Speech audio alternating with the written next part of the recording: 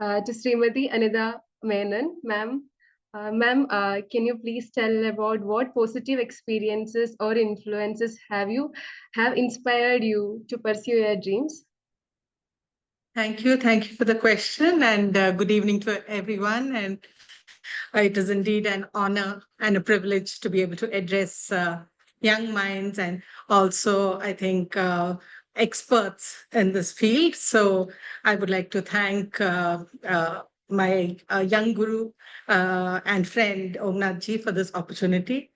And I have lived my life in different continents. I've lived in Asia, of course. I've been to Africa. I've been to North America. I've been to different places, and also I've had uh, the good fortune to be exposed to different kinds of culture and living styles and even beliefs and philosophies.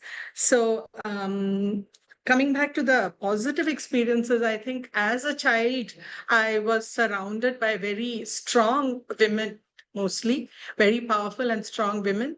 And I have always felt that Indian women, uh, in my opinion, are I think women who are able to juggle a whole lot.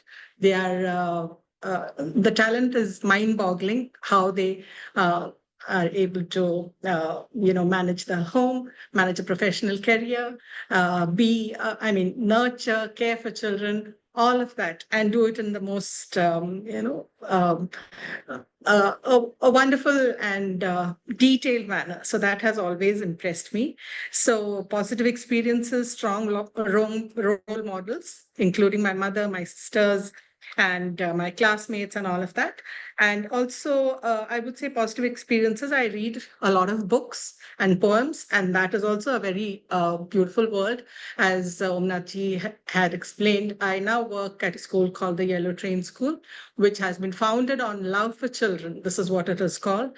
And until grade 5, there is no formal education at all, formal assessment.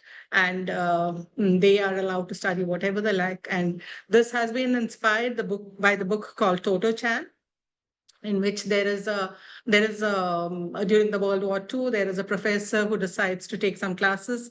While the war is happening, there's a lot of strife, but he decides to take some classes in an empty wagon which has been abandoned, and children are encouraged to come there and study their own subject of interest, which is really very unusual.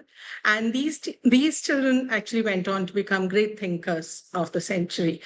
So this founder, Miss Sandhya Vikram, was inspired by this, and she dreamt of starting a school like this, and that is how Yellow Train came into being.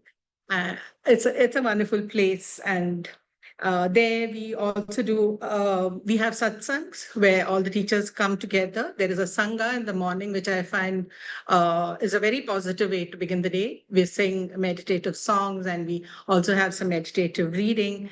And after that, there is always some space or some time that is kept aside for sharing. You can bring in your personal difficulties or your professional challenges.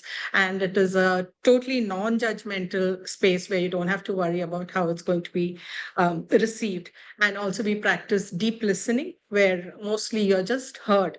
There is no there won't be a quick resolution given to you. It is just for you to voice out your fears and share how you feel with people that you can trust, and also the confidentiality will be safe. So we call it mindfulness and transactional analysis. So I also believe that sisterhood is powerful. So you need to have a network, a strong circle of trustworthy friends where you can go to in times of despair or when you feel rather helpless. That is also something that is essential. Also, during the COVID days, times were a little bleak, and we were not able to meet our colleagues or even to go out and have interactions as we used to. So that was the time that I got interested in the Gita, and it was something for me to keep my spirits up and to keep the hope and the faith. So, and that I mean, during that journey, I was connected to Omnath and from then on, we've been having very interesting sessions on Sundays with lots of debates and analysis and sharing our understanding and beliefs. Also, I would like to read out a poem right now, which is very close to my heart. I feel that it is rather inspirational, especially for young minds. And if you'll allow me, Our Deepest Fear by Marianne Williamson. Our deepest fear is not that we are inadequate. Our deepest fear is that we are powerful beyond measure. It is our light, not our darkness, that most frightens us. We ask ourselves, who am I to be brilliant, gorgeous, talented, fabulous? Actually, who are you not to be? You are a child of God. Your playing small does not serve the world. There is nothing enlightened about shrinking so that other people won't feel insecure around you. We are all meant to shine as children do. We were born to make manifest the glory of God that is within us. It is not just in some of us, it is in everyone. As we let our own light shine, we unconsciously give other people permission to do the same. As we are liberated from our own fear, our presence automatically liberates others. I would like to close my remarks on the question that you've asked with this. Thank you Thank you so so much. much. Thank you so much, ma'am. That was really an inspiring answer. And what you talk about, the women's inspired you since childhood, and how Indian women are multitasking. That is a great point. And also about Yellow Train School. That's actually really interesting to know about how the school runs and all. Also, the poem. What strikes me is the stanza which says, "It is our light, not the darkness, which scares us the most." I think we all need to take this thing in our mind. Okay. Thank you for the question. I am actually a veterinary doctor. I have done I've graduated in veterinary sciences from Manati. And later on, I went and I pursued my master's degree in Nova Scotia at Dalhousie University.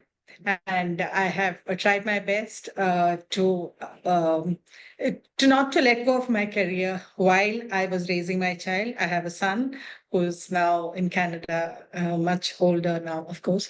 Yes. And I think coming to the positive impacts that choosing a career had on my child as he was growing up, I would think is that I think he should appreciate that all women that he might even come across will have their own desires, their own qualities, their own interests, their own passions. And it is very important for those men or even women in their lives to support them in whatever way possible, respect them, and also in some way, help them achieve their dreams and understand that a woman, while there is nothing wrong in it, she is not to be confined to household chores or to the kitchen, or also, as I mentioned in the earlier poem, she doesn't have to hide her light. She can do, maybe she will fall. It is not like we are superwomen and we can do everything and do everything excellently. We may fall, we may drop the ball, but then it is most important to pick it up. And I think, as Vandana ma'am was also explaining and saying how it is very important to be transparent and expose the child to the real world difficulties that one faces. For instance, taking care of the hearth and home, as they say, and also doing well. Because quite often I would find myself in Canada in the emergency room when I had an exam the next day, and everybody else was studying earnestly, and I had to take care of my child. But then there have also been times when, for instance, when I graduated, there was only my son to witness my graduation ceremony in Canada. And it was a very special moment in my life. And I'm very glad that now I see he understands and also appreciates the fact that women are capable of multiple things, and one should never discourage them. And I think, yeah, the importance of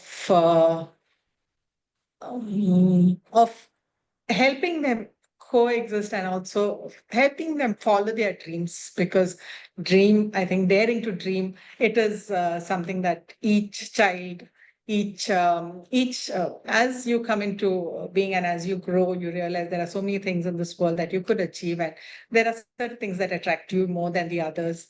And I think everybody is entitled to follow their dreams, and they should be supported. Thank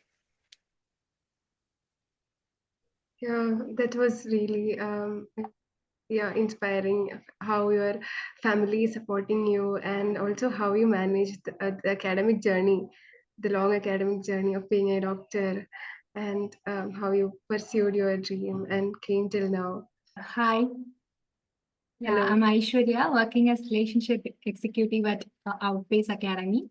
I would like to ask if you had to give one piece of advice to young women about dreaming big, what would it be?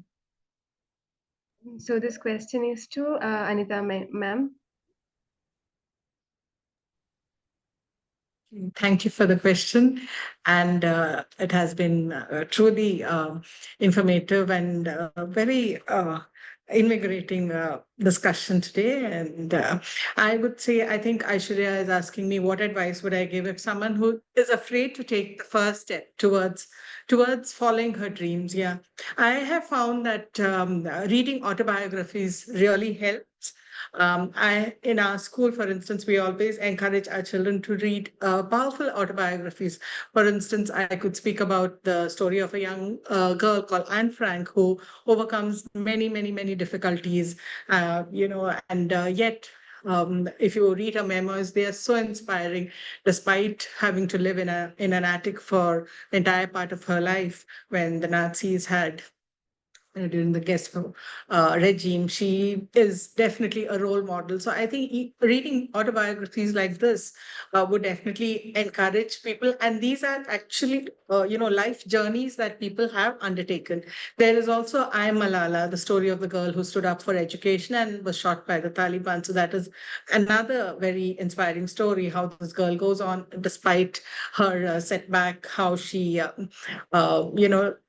decides and goes on to become such a powerful voice. There is also the young Greta Thunberg, who's an activist at a very young age.